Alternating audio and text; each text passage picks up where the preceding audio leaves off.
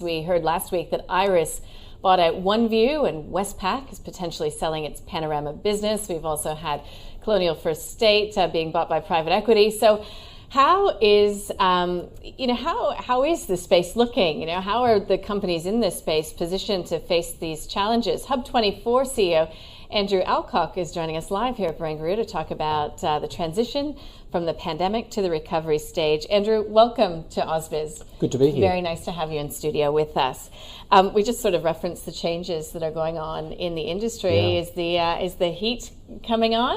Oh, there's a lot going on, and we love the heat and we love the competition. I think we're seeing a shift in landscape that's been brewing up for years now. So whilst the pandemic might be bringing consolidation for some smaller businesses, the reality is that technology, the way we invest and the way we think about consumers and the way we design products, there's been a revolution over the last few years.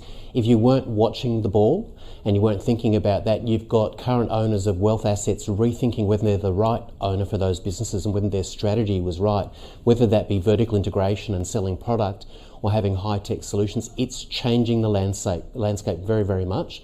At the big end, as you said, with KKR and CFS and the other banks looking at changing assets, and in the smaller space with Iris, which is an interesting position for them to take the purchase of the OneView business. A very interesting play. It's technology fusing with financial services.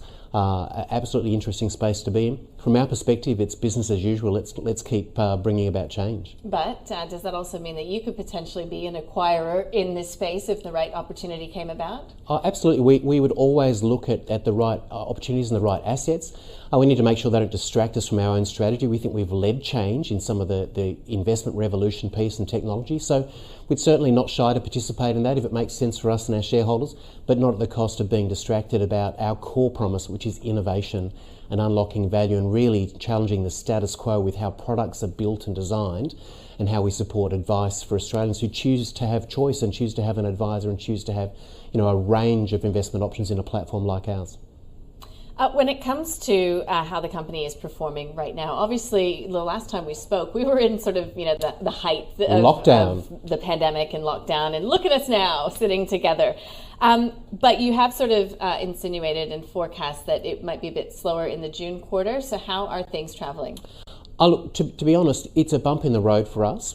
Things have sort of moved to the right. So the funds under administration we have on our platform are now higher than they were at 31 December. So when the pandemic hit, there was a market drop and a correction and so forth. We've gained back that ground. So whilst we might be behind where our strategic plan was pre-COVID, we're a growing business. So we're absolutely able to move forward, and we've recovered some of that ground.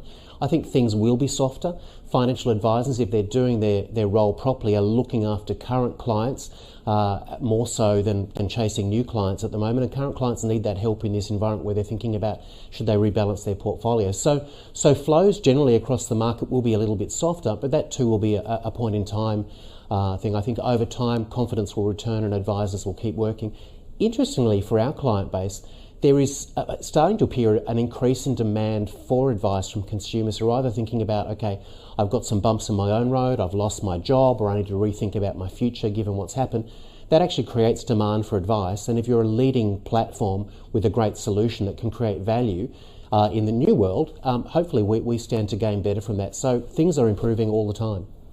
Andrew, when it comes to the outlook, obviously very uncertain times at the moment, what is the greatest opportunity that you have, and also the biggest threat you see at the moment to not only your company but also to the industry? I think the opportunity we have and the threat are largely the same. Technology and financial services fusing together, using technology to challenge the old paradigms, whether that be you used a managed fund to get diversified or get professional investment management versus using a managed account where the consumer owns their own assets.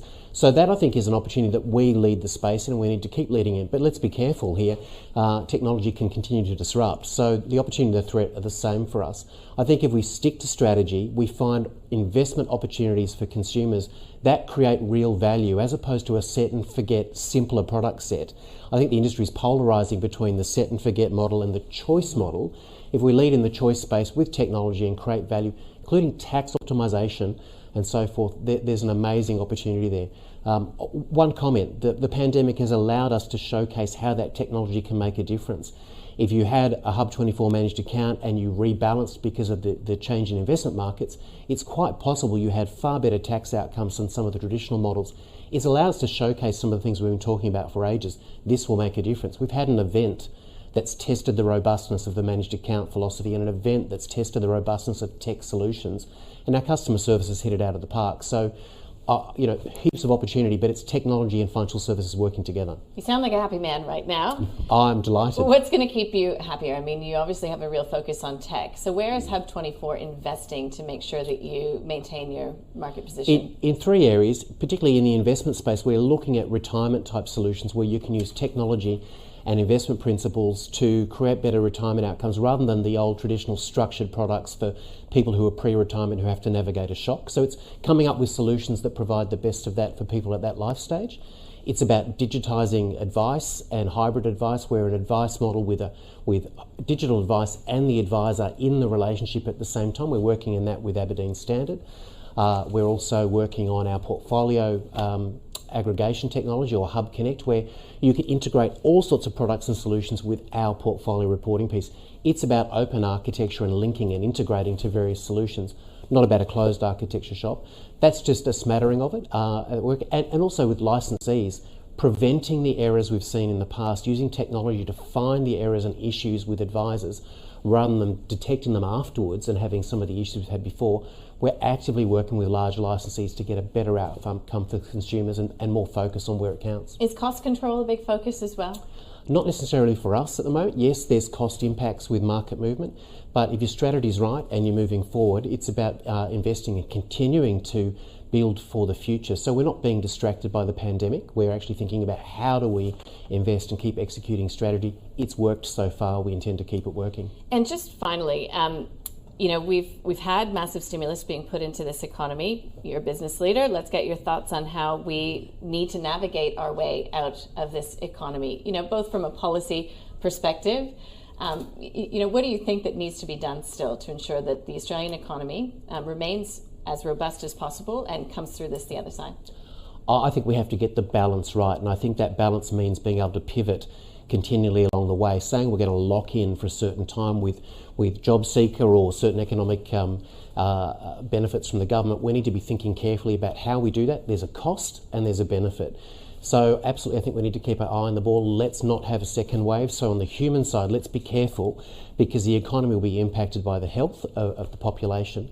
But we need to get the balance right. We need to actually understand that we might have a softer landing than we expected, and that's great news. Let's not stuff it up, so to speak, and let's get the balance right. So it's a hard one to answer, but it's about watching it and modifying where we are as the situation unfolds.